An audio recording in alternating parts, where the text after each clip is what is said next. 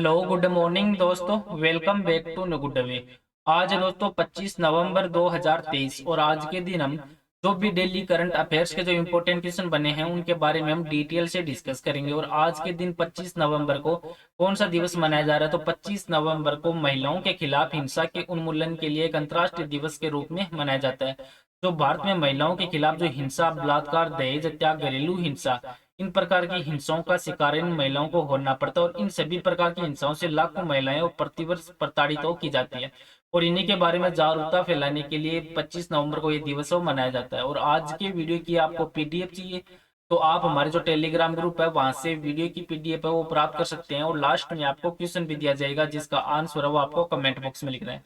तो चलिए दोस्तों स्टार्ट करते हैं क्वेश्चन नंबर 1 से। और आज का वीडियो आपको अच्छा लगे तो चैनल को सब्सक्राइब और इसका बेल आइकन है वो जरूर प्रेस करें ताकि डेली के जो वीडियो अपलोड कर रहा हूं मैं उनका नोटिफिकेशन है वो आपको मिलता रहे। क्वेश्चन नंबर 1 है, किस राज्य में विश्व के पहले 3D मुद्रित मंदिर है इसका अनावरण किया गया है? तो इस क्वेश्चन का राइट आंसर है ऑप्शन नंबर बी, ये तेलंगाना राज्य में इसका अनावरण किया गया। तो तेलंगाना है, इन्होंने दुनिया के सबसे पहले 3D मुद्रित मंदिर का अनावरण किया जो सिद्दीपेट जिले में जो बुरुगुपल्ली में स्थित एक अभूतपूर्व संरचना है। और ये मंदिर है वो 4000 वर्ग फुट में फैला हुआ और इसकी जो 35.5 फुट की ऊंचाई है और इसमें 3 अलग अलग भाग बने हुए हैं जिसमें अलग अलग देवता को भागों समर्पित है, जिसमें भगवान गणेश है, भगवान शंकर और देवी पार्वती को ये समर्पित किया गया। और इस मंदिर का निर्माण है ये हैदराबाद में स्थित जो अप्सुजा इंफ्राटेक है, इन्होंने 3D प्रिंटिंग कंपनी जो सिंपली फोर्स क्रिएशन है इसके सहयोग से इसको बनाया। और मंदिर की प्रिंटिंग में लगभग 3 महीने लगे और मंदिर के निर्माण में उपयोग की जाने वाली जो इन हाउस 3D प्रिंटिंग प्रणाली है सिंपली फोर्स क्रिएशन के द्वारा डेवलप की गई है। और 3D प्रिंटिंग के उपयोग की जाने वाली जो सामग्री सॉफ्टवेयर है वो भी स्थानीय स्तर पर डेवलप किए गए हैं। अब तेलंगाना राज्य है, तो तेलंगाना राज्य भारत के आंध्र प्रदेश राज्य से अलग होकर ये 28वां राज्य बना था जिसको आप मैप में देख सकते हो। और इसके पड़ोसी राज्य आंध्र प्रदेश, उड़ीसा, छत्तीसगढ़, महाराष्ट्र और कर्नाटक। और आंध्र प्रदेश में जो मुख्य नदियां वो है गोदावरी नदी। और आंध्र प्रदेश के प्रेजेंट सॉरी तेलंगाना के मुख्य नदियां वो गोदावरी और यहाँ के प्रेजेंट है मुख्यमंत्री हैं वो है के चंद्रशेखर राव और राज्यपाल तमिलसाई सौंदर्य राजन। और तेलंगाना में टोटल जिले हैं दोस्तों 33। और तेलंगाना राज्य को जो गठन है ये 2 जून 2014 को तेलंगाना राज्य का गठन वो हुआ था। अब तेलंगाना राज्य है तो इसकी जो प्रमुख नदी है वो गोदावरी और यहाँ की राजधानी है हैदराबाद। और तेलंगाना है तो इसकी जो साक्षरता दर है ये 66.50% की है साक्षरता दर। अब तेलंगाना से संबंधित जो इंपॉर्टेंट बिंदु बनते हैं उन पर एक नजर डाल लेते हैं कि तेलंगाना सरकार ने एक स्थानीय रोबोटिक्स पारिस्थितिक तंत्र स्थापित करने के लिए राज्य की जो रोबोटिक्स फ्रेम है इसको लॉन्च किया है। और तेलंगाना सरकार ने फूड कॉन्क्लेव 2023 का आयोजन किया। भारत के 3 शहर हैं जो यूएन इसको है global network of learning cities इसमें शामिल है। इनमें केरल के जो 2 शहर है त्रिशूर और नीलाम्बूर। और तेलंगाना राज्य में वारंगल शहर है वो शामिल है। और तेलंगाना सरकार के द्वारा KCR की स्कीम शुरू की गई और तेलंगाना शहरी स्थानीय निकाय सुधारों को लागू करने वाला तीसरा राज्य वो बन चुका है। नेक्स्ट क्वेश्चन है क्वेश्चन नंबर 2 कि साउथ इंडियन बैंक के अतिरिक्त निदेशक के रूप में किसको नियुक्त किया गया है? तो इस क्वेश्चन का राइट आंसर है ऑप्शन नंबर ए, ये लक्ष्मी रामकृष्ण श्रीनिवासन को नियुक्त किया गया। तो बैंकिंग क्षेत्र में जुड़ी जो लक्ष्मी रामकृष्ण श्रीनिवास है इनको अब साउथ इंडियन बैंक के अतिरिक्त निदेशक के रूप में इनको नियुक्त किया गया। और उन्हें जो नियुक्ति है वो 20 नवंबर 2023 से लेके तो 3 साल की अवधि के लिए इनकी नियुक्तियों की गई है। और ये नियुक्तियों बैंक के गैर कार्यकारी स्वतंत्र निदेशक के रूप में इनकी नियुक्तियों की गई है। और लक्ष्मी जो रामकृष्ण श्रीनिवास इनके पास बैंकिंग क्षेत्र में लगभग 38 साल का अनुभव है और इससे पहले वह भारतीय स्टेट बैंक है इसकी मुख्य महाप्रबंधक भी रह चुके हैं। अब साउथ इंडियन बैंक है तो इसका जो हेडक्वार्टर वो है त्रिशूर केरल में, इसका हेडक्वार्टर है त्रिशूर केरल में। और इसके जो प्रेजेंट टाइम अध्यक्ष है वो है विजय कोरियन। और इसकी जो स्थापना है वो सन 1929 में जो साउथ इंडियन बैंक है इसकी स्थापना की गई थी। अब बैंकिंग से संबंधित जो इंपोर्टेंट बिंदु बनते हैं उन पर नजर डाल लेते हैं कि आरबीआई ने एक्सिस बैंक पर 90.92 लाख रुपए का जुर्माना लगाया। आरबीआई ने गैर अनुपालन के लिए जो L&T फाइनेंस पर 2.5 करोड़ रुपए का जुर्माना लगाया। कर्नाटक बैंक ने HDFC लाइफ के साथ साझेदारी की है। आरबीआई ने पीएनबी और फेडरल बैंक पर जुर्माना लगाया। आरबीआई ने निजी बैंकों को न्यूनतम 2 पूर्णकालिक निदेशक रखने का निर्देश दिया है।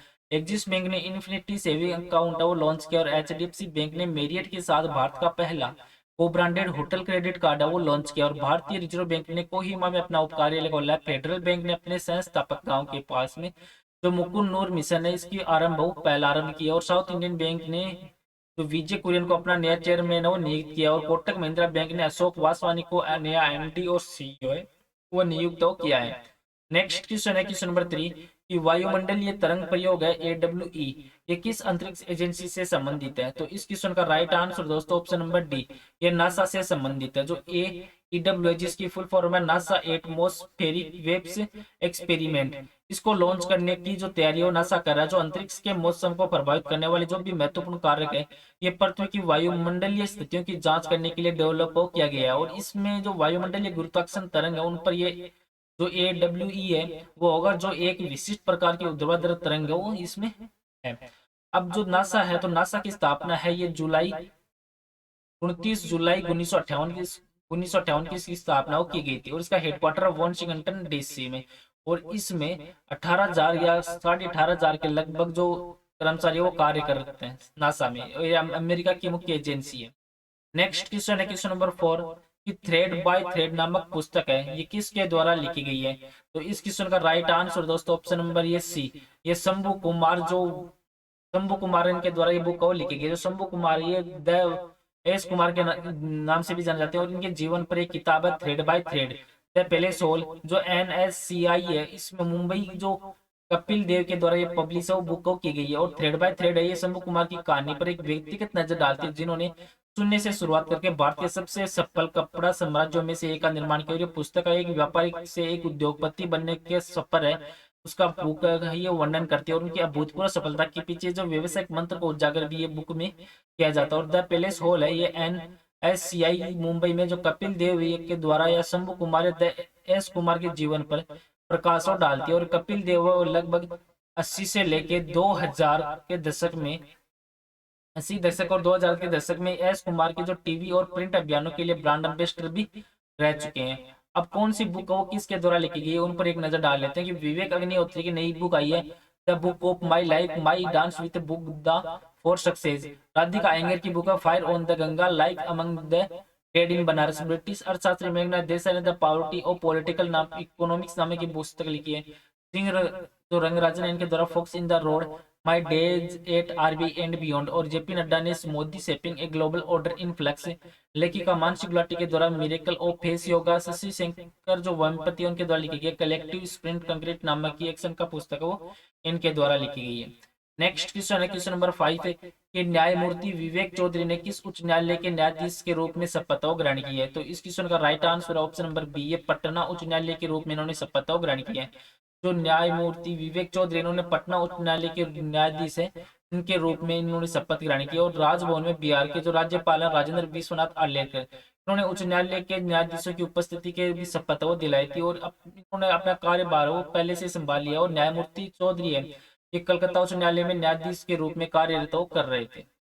नेक्स्ट क्वेश्चन है क्वेश्चन नंबर 6 कि प्रसिद्ध गोल मछली को किस राज्य में राजकीय मछली का दर्जा दिया गया है?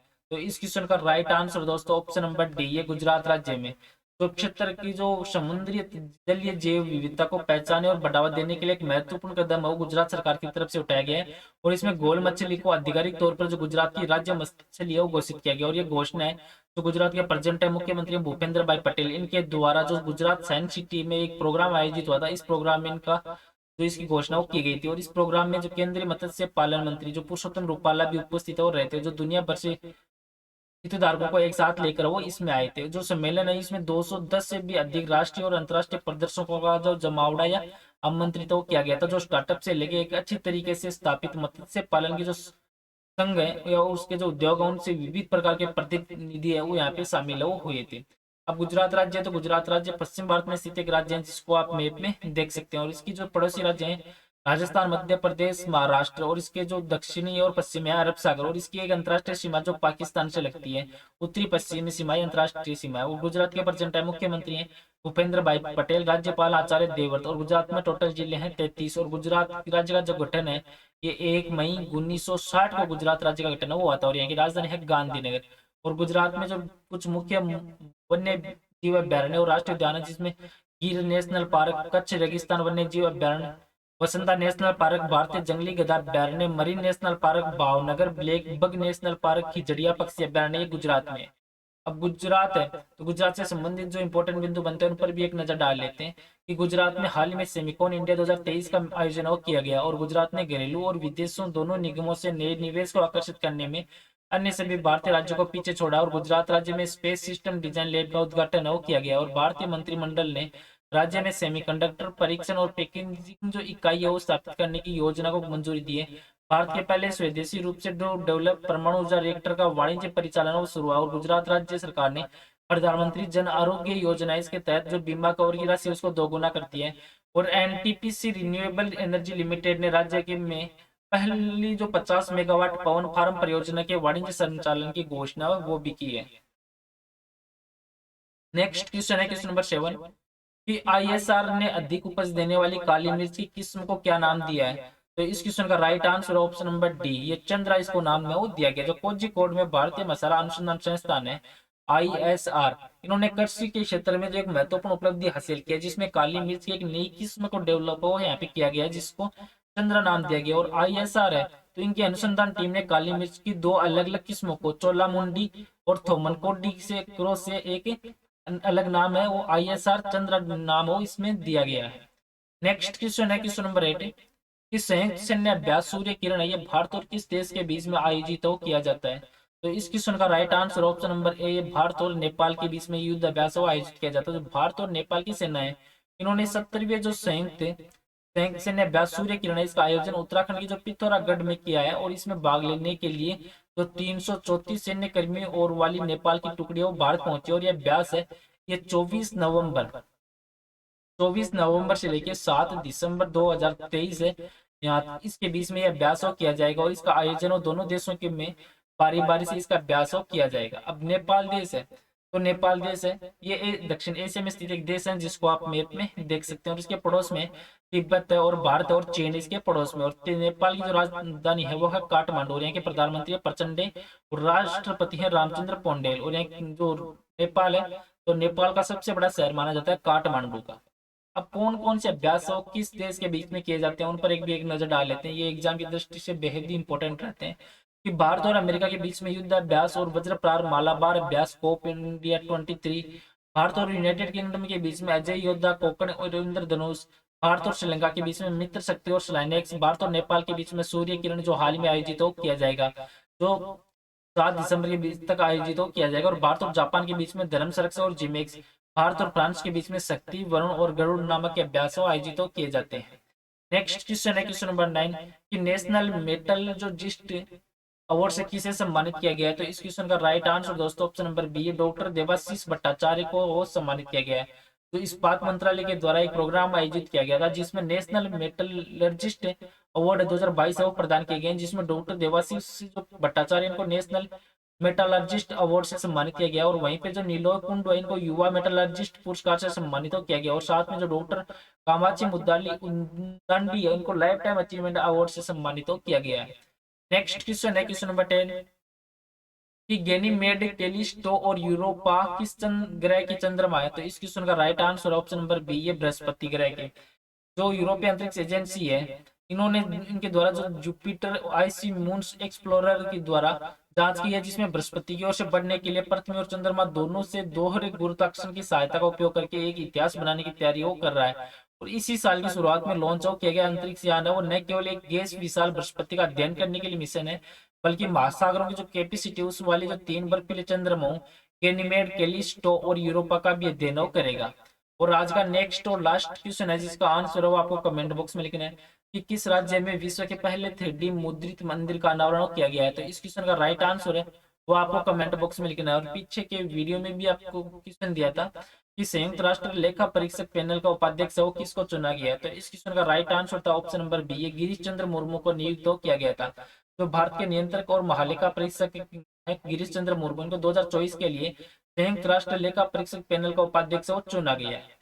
चलो दोस्तों आज का वीडियो मैं यहीं पे समाप्त करता हूँ। वीडियो आपको अच्छा लगे तो चैनल को सब्सक्राइब और वीडियो को जरूर शेयर करें। Thank you all of you.